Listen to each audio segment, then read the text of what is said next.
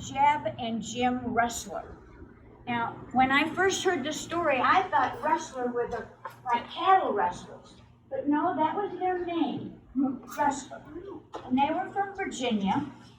And Jeb, the older one, had always wanted to go and see the Rocky Mountains.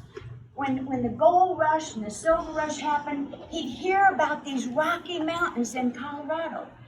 And he wanted to go, but he didn't want gold. He wasn't interested in gold. He was interested in adventure and being in the mountains. And so he took a little bit of money that he had, and he got to Denver, and he was told to head south from Denver, southwest towards Morrison. And that's where he ended up. And he bought a little donkey, a little burro, and named it Sunflower. And he got all of the things that he would need, the supplies that he would need to live up in the mountains. Now, in those days, most of the roads and trails followed streams. It's kind of that way now, too.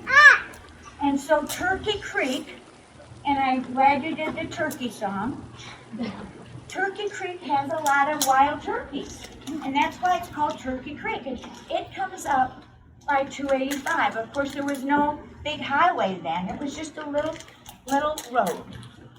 And so he headed up on Turkey Creek, and all the little streams that feed Turkey Creek. One of them is called now Parmalee Gulch. But at the time, let's say, probably, we could say it was Geneva, but we don't know what it was called. We just know it was a little stream that came down and fed Turkey Creek. And so he and Sunflower headed up with all of their belongings, up, until they got to our meadow here in Geneva Glen. Now, there was nothing here then. There was no post office at the bottom of the hill, no trading posts. It was pretty much no man's land. And you could homestead. And so he was going to set off and try to homestead.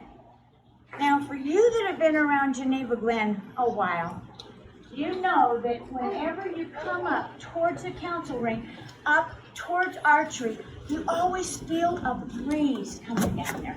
It's because the two mountains, Winnie and Geneva, come together there, and it leaves this place for a drink. And it's always cool, even on a hot summer day.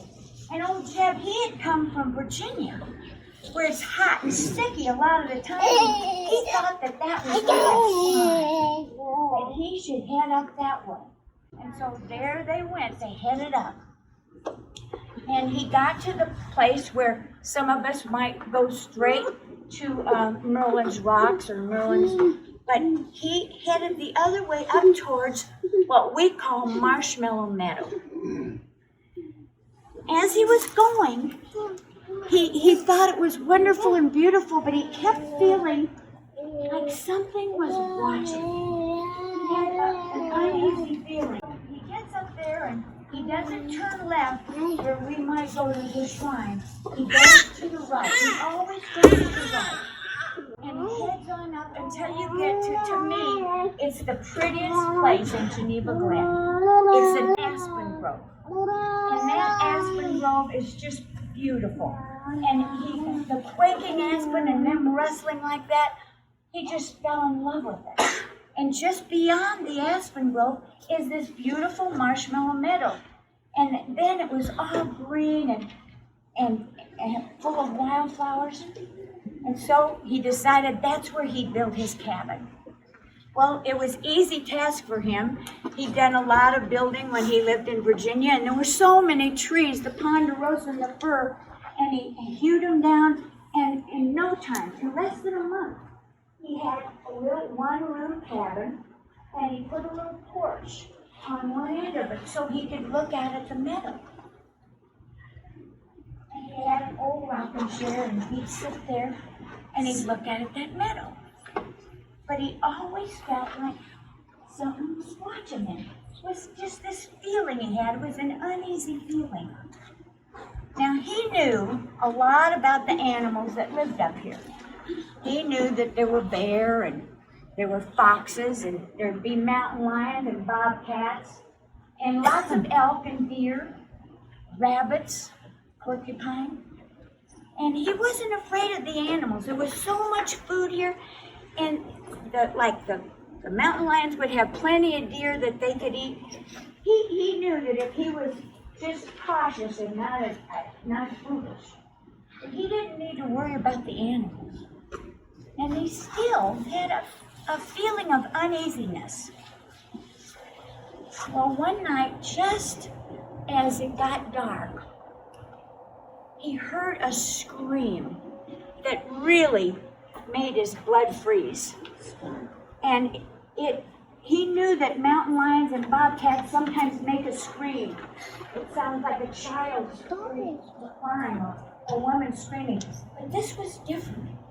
It sounded lonely and desperate and very, very forlorn. And that bothered him. And then, after the scream, he felt this wind. It was a breeze, but it wasn't like a breeze. It was like a groaning, awful wind that came down low and kind of went all over him and gave him the chills. He didn't like that at all, so he went into his fireplace and he sat with his big shotgun right on his lap all night, and he didn't sleep.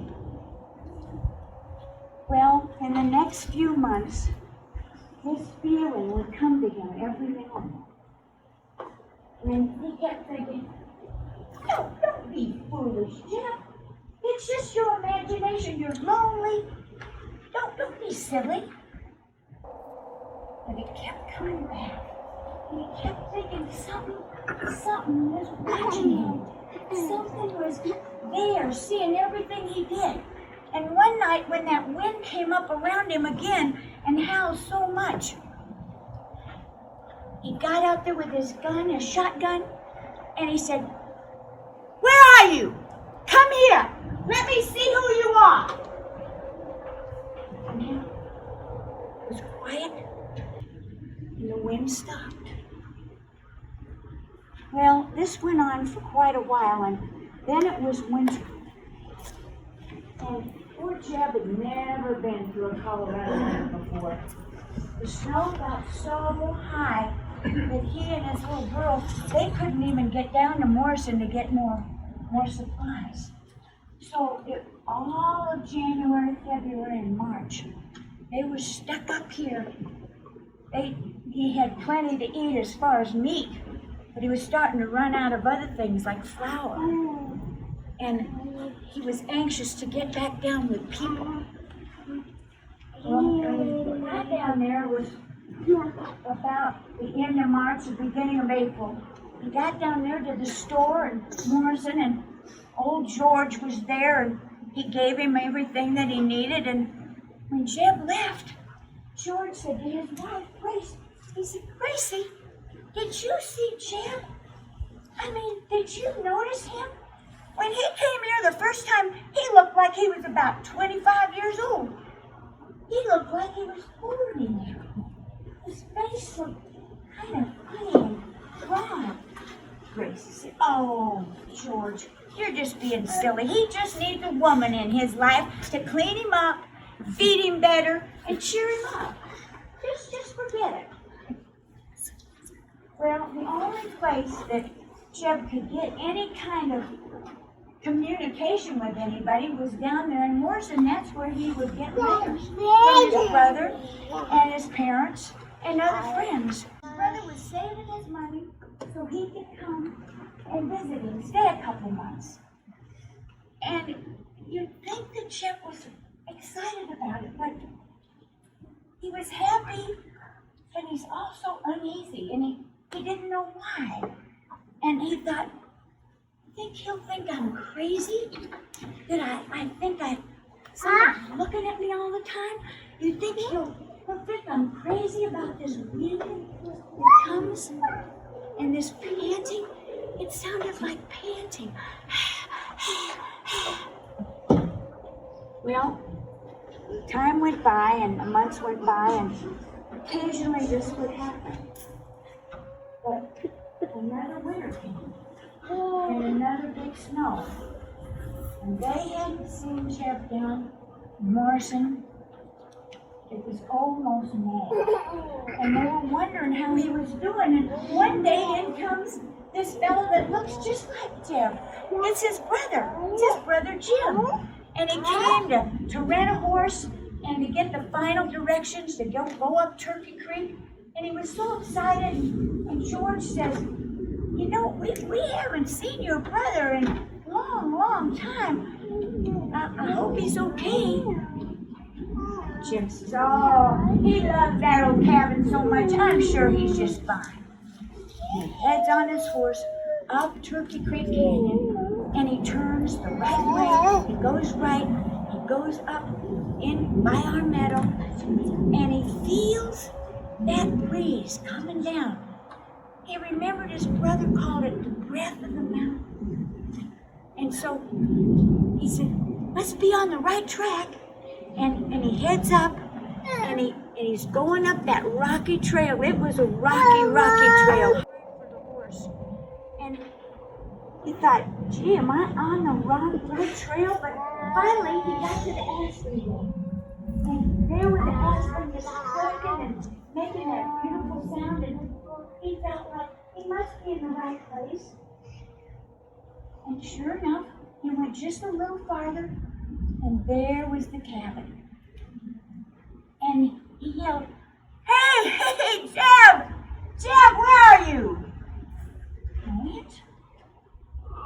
And then he went around to the front, and there on the porch, in the rocking chair, was some old man. And he says, hey, son, you must be a friend of my brother. I'm Jim Rustler. No answer. Old man didn't answer. And he goes up on the porch, and he was going to try to shake the old guy's hand. And he noticed that his hand was all bony and wrinkled. And there was a ring on it, like his brother's ring. And then he saw the face, and it looked like an 80-year-old man. But what scared him was that the hair on his head was perfectly white.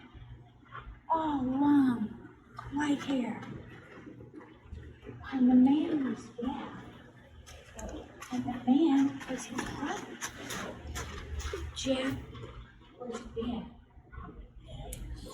Well, they never found out what had happened. They never knew what had caused the death of this young man. But one summer here at Geneva Glen, we had a counselor named Tim. And he'd grown up here, and he loved Geneva Glen, and he was on an overnight with his campers at the center. And he decided he was the senior counselor, and one of the kids needed some medicine. And he would run down to camp and get the medicine and take it back up. It would only take about 45 minutes. And so he was running down the trail, and suddenly he felt this odd wind. And he heard this sound, this low groan of the wind. And he felt like something was watching him. His heart started beating, and he started walking a lot faster down the trail. And then suddenly he felt this awful feeling of fear. And then he heard a panting like, and Tim was so frightened that he just took off as fast as he could running, and you just don't run on that kind of a trail. And he nearly fell a couple of times, but he made it. The next morning, when he came to breakfast, his campers hadn't really seen him in the daylight because they'd come down kind of early in the morning, and they didn't see him until they sat there at breakfast. And there was Tim eating his breakfast, and one of his campers said, "Tim, what's that? What's that in your hair?" And Tim said, "What do you mean?" He said, "You have a white streak all the way through your hair." And Tim said, "Oh, I bet you my co-counselor, Joe Baumgartner, probably put a stripe in my hair." But he just said that so the campers wouldn't be there. Because later on, he told me that he didn't know what would happen up there on that mountain by Rustler's cabin. That's the end of our story.